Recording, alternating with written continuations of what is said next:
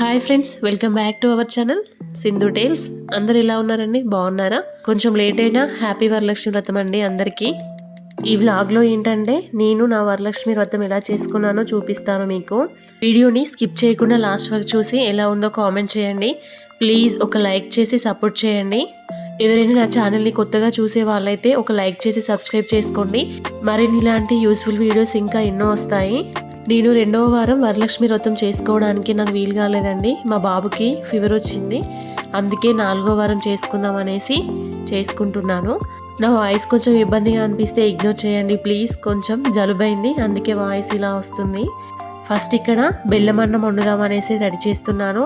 నేను ఎప్పుడు బెల్లమన్నం వండినా ఈ ఇత్తడి గిన్నెలోనే వండుతాను. దీనికి మంచిగా పసుపు రాసి కుంకుమ బొట్లు అయితే పెట్టుకుంటున్నా. నేను బెల్లమన్నం వాటర్లో ఉడికియను. బియ్యంని పాలు నీళ్లు కలిపి అవి మసిలేటప్పుడు అందులో రైస్ వేసి ఉడికిస్తాను. ఒక స్టవ్ మీద బెల్లమన్నంకి పెట్టుకున్న, మరోవైపు పాలు కూడా వేడి చేస్తున్నా దద్దోజనం కలపడానికి. ఇంకా ఇక్కడ పులిహోరకైతే రైస్ కడుగుతున్నాను. ఇంకా స్టవ్ అయితే ఖాళీ ఉండదు కదా, ఒకదాని తర్వాత ఒకటి పెట్టడానికి. ఇంకా పాలు వేడిగానే పులిహోరకైతే పెడదామనేసి రైస్ కడుగుతున్నాను. ఇంకా పులిహోర అయితే కొంచెం ఎక్కువ క్వాంటిటీలోనే చేస్తానండి, ఎందుకంటే మనకి ఇంటికి వచ్చిన ముత్తైదులకి ప్రసాదంలాగా పెడతాం కదా, అందుకే. ఇంకా రైస్ కడిగి పక్కన పెట్టేసి నైటే వడల కోసం అయితే నానబెట్టాం కదా, అది జల్లెట్లో వేసుకుంటున్నా. జల్లెట్లో వేసుకోకుండా అలాగే మిక్సీ పడితే పిండి అనేది లూజ్ అయ్యి వడలు సరిగ్గా రావడం లేదండి. ఇలా ముందే మనం వడలు వేసుకుని ఒక 1 అవర్ ముందు ఇలా జల్లెట్లో వేసుకొని మిక్సీ పట్టుకుంటే వడలు అనేవి మంచిగా వస్తాయి గట్టిగా. ఇంకా ఇక్కడ గిన్నెలు బాస్కెట్స్ అనేవి నేను ఎప్పుడే క్లీన్ చేసుకుంటాను, ఎందుకంటే వాళ్ళ గిన్నెలు అనేవి ఎక్కువైతాయి కదా. కడిగేసుకొని తోమేసుకునేవన్నీ పక్కన పెట్టుకుంటాను. మళ్ళీ అన్నీ దేనికైనా యూజ్ అవుతాయి కదా, ముందే కడిగి పెట్టుకుంటే అని. ఇంకా ఇక్కడ పులిహోర కోసం అయితే చింతపండు గుజ్జు అనేది తీసుకుంటున్నా. ఇంకా ఇదే చాలా టైం పడుతుంది కదండి మనకి పులుసు ప్రిపేర్ చేసుకోవడమే. చాలామంది ముందుగా ప్రిపేర్ చేసుకుంటారు, కానీ నాకు ఇష్టం ఉండదు. నేను అన్నీ ఆ రోజు స్నానం చేశాకే ప్రిపేర్ చేసుకుంటా. ఇంకా ఇక్కడ పూర్ణం బూరెల కోసం అయితే పప్పు కుక్కర్లో పెడుతున్నా.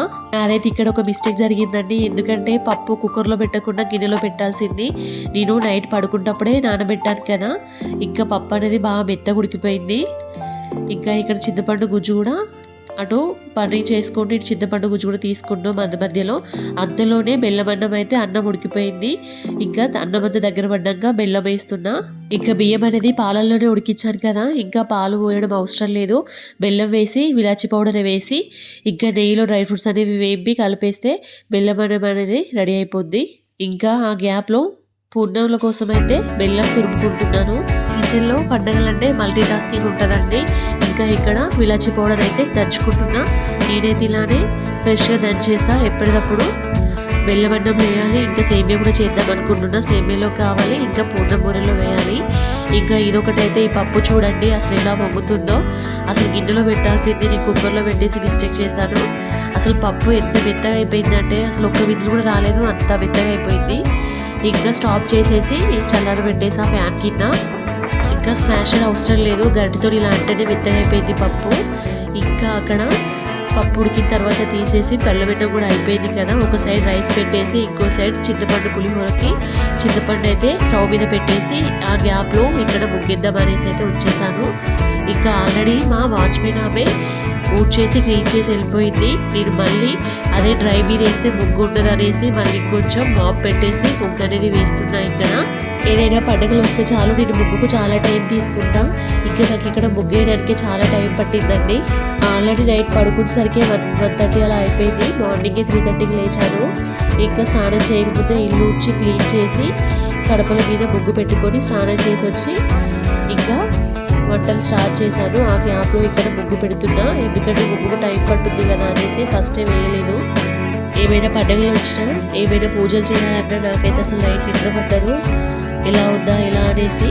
కాకపోతే ప్రసాదాలు అయితే అసలు తెలియదండి, మనం అసలు టేస్ట్ చూడకుండానే చేస్తాం, కానీ అన్నీ బాగా కుదురుతాయి, టేస్ట్ కూడా బాగుంటాయి కదా.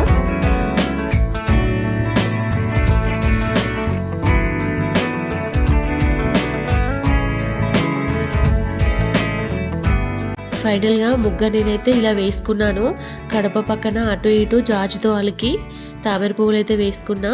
ఇంకా నేను ఇక్కడ వీడియోస్ అనేవి ఏం షూట్ చేయలేదు, ఎందుకంటే వీడియోస్ మీద ఇంట్రెస్ట్ పెడితే పూజ మీద ఇంట్రెస్ట్ పెట్టలేను అనేసి వీడియోస్ అయితే పక్కన పెట్టేసి ఫస్ట్ పూజ మీద ఇంట్రెస్ట్ పెట్టి మంచిగా పూజ అయితే కంప్లీట్ చేసుకున్నాను.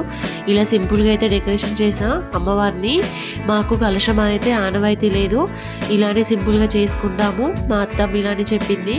నేను 6 years అవుతుంది వరలక్ష్మి వ్రతం చేసుకోబట్టి. ఇంకా ఇక్కడ అమ్మవారి కోసం ప్రసాదాలు, వడలు, పూర్ణాలు, బెల్లమన్నం, సేమ్య, పులిహోర, దద్దోజనం, వడపప్పు, శనగలు, పానకం, ఇంకా ఫ్రూట్స్ అయితే అమ్మవారికి ప్రసాదంగా పెట్టాను. ఇంకా ఇక్కడ అమ్మవారికి చీర, ఫస్ట్ పూజ కంప్లీట్ కాగానే అమ్మవారికి వాయనం అయితే ఇచ్చేసాను. నేనైతే ఇలానే ఎవ్రీ ఇయర్ వరలక్ష్మి వ్రతం అనేది చేసుకుంటాను. ఇంకా అమ్మవారి పక్కన చిట్టి గాజులు, గవ్వలు, తామర గింజలు అయితే పెట్టాను అమ్మవారికి ఇష్టమని.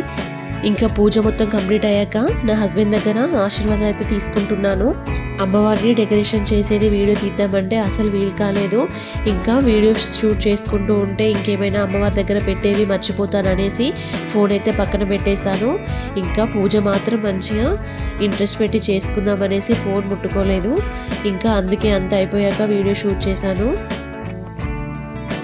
ఇక్కడ మా వారి దగ్గర బ్లెస్సింగ్స్ తీసుకున్న తర్వాత ఇంకా అమ్మవారికి వాయనం ఇచ్చాక మా ఇంటి మహాలక్ష్మికి కూడా వాయనం ఇవ్వాలి కదా, అందుకే ఫస్ట్ ఇక్కడ తనకి కాళ్ళకి పసుపు రాస్తున్నా. అస్సలు రెడీ అయ్యేటప్పుడు రెడీ అయింది బాగానే, నా పూజ ఇంకా మొత్తం కంప్లీట్ కాలేదు, అప్పుడే డ్రెస్ తీసేయమని ఏడుస్తుంది. ఇంకా ఫస్ట్ తనకైతే వాయనం ఇచ్చేసి తనకి డ్రెస్ చేంజ్ చేస్తే కొంచెం ఫ్రీగా ఉంటుంది అనేసి తనకైతే ఇస్తున్నా.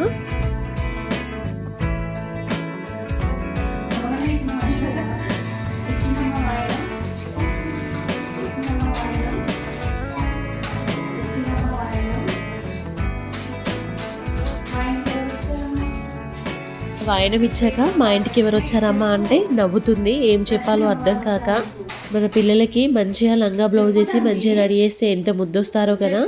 ఇంకా అందుకే తనని కూడా మంచిగా కాళ్ళకు పట్టీలు పెట్టి మంచిగా లంగా బ్లౌజ్ వేసి మంచిగా రెడీ చేశాను అమ్మవారిలాగా. చాలా వరకు అన్నీ తీసేసుకుంది, ఉంచుకోలేదు తను. ఇంకా ఇక్కడ బ్లెస్సింగ్స్ అయితే తీసుకుంటున్నా మా ఇంటి మహాలక్ష్మి దగ్గర.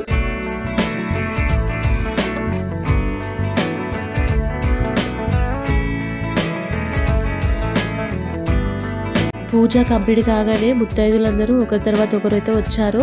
వాళ్ళకి పసుబొట్టు ఇస్తున్నా. ఇంకా చాలాసేపు అవుతుంది కదండి మాట్లాడబట్టి, ఇంకా మ్యూజిక్ అనేది యాడ్ చేస్తాను, చూసేయండి.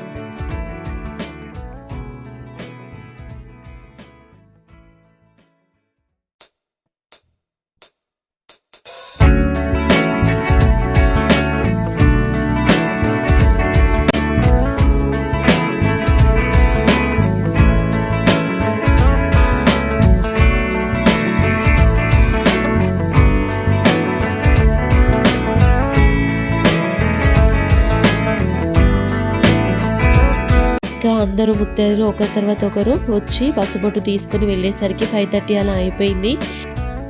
ఇంకా అప్పటికే నేను వాటర్ కూడా తీసుకోలేదు. అప్పుడు వాళ్ళు వెళ్ళాక వాటర్ తాగి ప్రసాదం అయితే తింటున్నాను. ఈవినింగ్ అయింది కదా, ఇల్లు క్లీన్ చేసి మళ్ళీ స్నానం చేసి దీపారాధన అయితే చేయాలి. ఇంకా వేరే అక్క వాళ్ళు పసుబొట్టు పిలిచారు, వాళ్ళ ఇంటికి వెళ్ళి రావాలి.